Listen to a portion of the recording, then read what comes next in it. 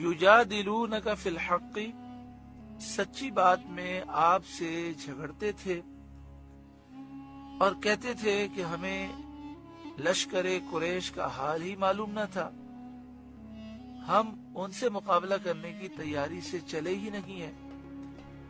بعد ما تبین، بعد اس کے کہ ظاہر ہو چکی، یعنی یہ بات ظاہر ہو چکی کہ نبی اکرم صلی اللہ علیہ وآلہ وسلم جو کرتے ہیں اللہ کے حکم سے کرتے ہیں، اور آپ نے یہ اعلان فرما دیا غیبی مدد پہنچے گی۔ کأنما یساقون الی الموت وهم ینظرون، گویا وہ آنکھوں دیکھی موت کی طرف ہانکے جاتے ہیں۔ یعنی قریش سے مقابلہ انہیں اتنا خوفناک معلوم ہوتا تھا کہ وہ یہ سمجھ رہے تھے کہ جو موت ہمیں سامنے نظر آ رہی ہے اس کی طرف ہمیں ہانکا جا رہا ہے۔ وَإِذْ يَعِدُكُمُ اللَّهُ إِحْدَى الطَّائِفَتَيْنِ أَنَّهَا لَكُمْ، اور یاد کرو جب اللہ نے تمہیں وعدہ دیا تھا کہ ان دونوں گروہ میں سے ایک تمہارے لیے ہے، یعنی ابو سفیان کا قافلہ ہو تجارتی یا ابو جہل کا لشکر ہو، دونوں میں سے ایک سے تمہارا مقابلہ ہوگا، جس سے مقابلہ ہوگا اللہ تمہیں فتح دے گا۔ وَتَوَدُّونَ أَنَّ غَيْرَ ذَاتِ الشَّوْكَةِ تَكُونُ لَكُمْ، اور تم یہ چاہتے تھے کہ تمہیں وہ ملے جس میں کانٹے کا کھٹکا نہیں، یہ تم چاہتے تھے کہ ابو سفیان کے قافلے سے مقابلہ ہو کہ جس میں نقصان کا اندیشہ نہیں، یعنی تم یہ تو سمجھتے تھے کہ ابو جہل کے لشکر سے مقابلہ ہوا تو نبی اکرم صلی اللہ علیہ وآلہ وسلم نے جو خبر دی اس کے مطابق فتح تو ضرور ہوگی، لیکن اس میں مشکلات کافی ہیں اور کافی جانوں کا نذرانہ دینا ہوگا۔ لیکن اگر ابو سفیان کا قافلہ ہاتھ میں آ جائے تو وہ 40 افراد ہیں، ان کو قابو کرنا آسان ہے۔ وَيُرِيدُ اللَّهُ أَن يُحِقَّ الْحَقَّ بِكَلِمَاتِهِ، اور اللہ یہ چاہتا تھا کہ اپنے کلام سے سچ کو سچ کر دکھائے، یعنی دین حق کو، دین اسلام کو غلبہ دے اور اس کو بلند و بالا کرے، کیونکہ اگر 40 افراد پر قابو پا لیتے تو اس سے کوئی خاص ہیبت لوگوں پر طاری نہ ہوتی۔ وہ کہتے 313 افراد نے 40 افراد پر قابو پا لیا، یہ تو ممکنات میں سے ہے، اور عقل بھی یہ کہتی ہے کہ بڑی آسانی سے قابو پایا جا سکتا ہے۔ لیکن جب 8 تلواریں لے کر، 6 زرہ اور 2 گھوڑے لے کر 313 افراد 1000 افراد سے مقابلہ کریں اور پھر اللہ تعالیٰ فتح عطا فرمائے، تو یہ معجزہ دیکھ کر، اللہ کی غیبی مدد دیکھ کر لوگوں کو یہ معلوم ہوا کہ یہ دین حق دین ہے، دین حق کو اللہ نے غلبہ دیا اور اس کو بلند و بالا کیا۔ وَيَقْطَعَ دَابِرَ الْكَافِرِينَ، اور کافروں کی جڑ کاٹ دے۔ اللہ تعالیٰ یہ چاہتا تھا کہ وہ کافروں کی جڑ کاٹ دے، یعنی بڑے بڑے کافر اس جنگ میں مارے گئے، 70 مارے گئے، 70 گرفتار ہوئے، اور جو بھاگ کر گئے وہ ذلیل رسوا ہوئے، زخمی ہوئے، اور ان کے دل پر اسلام کی ہیبت بیٹھ گئی۔ لِيُحِقَّ الْحَقَّ، تاکہ سچ کو سچ کرے، وَيُبْطِلَ الْبَاطِلَ، اور جھوٹ کو جھوٹا کرے، یعنی اسلام کو ظہور اور ثبات عطا کرے، اسلام غالب آ جائے اور کفر کو اللہ تعالیٰ مٹا دے۔ وَلَوْ كَرِهَ الْمُجْرِمُونَ، پڑھیں برا مانے مجرم، اگرچہ مجرموں کو برا لگے۔ اِذْ تَسْتَغِيثُونَ رَبَّكُمْ، جب تم اپنے رب سے فریاد کرتے تھے، فَاسْتَجَابَ لَكُمْ، تو اس نے تمہاری سن لی، تمہاری دعا قبول کی۔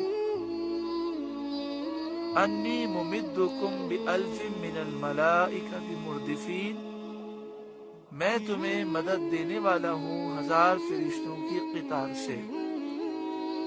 مسلم شریف کی حدیث ہے بدر کے دن رسول کریم صلی اللہ علیہ وآلہ وسلم نے مشرکین کو ملاحظہ فرمایا کہ 1000 ہیں اور آپ کے اصحاب 310 سے کچھ زیادہ 313 ہیں. تو نبی اکرم صلی اللہ علیہ وآلہ وسلم قبلے کی طرف متوجہ ہوئے اور اپنے مبارک ہاتھ پھیلا کر اپنے رب سے یہ دعا کرنے لگے. جس مقام پر آپ نے یہ دعا کی اس مقام پر ایک مسجد بنی ہے جسے مسجد عریش کہتے ہیں.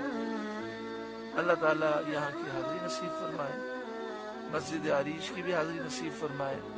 اور 14 شہدائے بدر ہیں جو قریب میں موجود ہیں، اللہ تعالیٰ وہاں کی بھی حاضری نصیب فرمائے.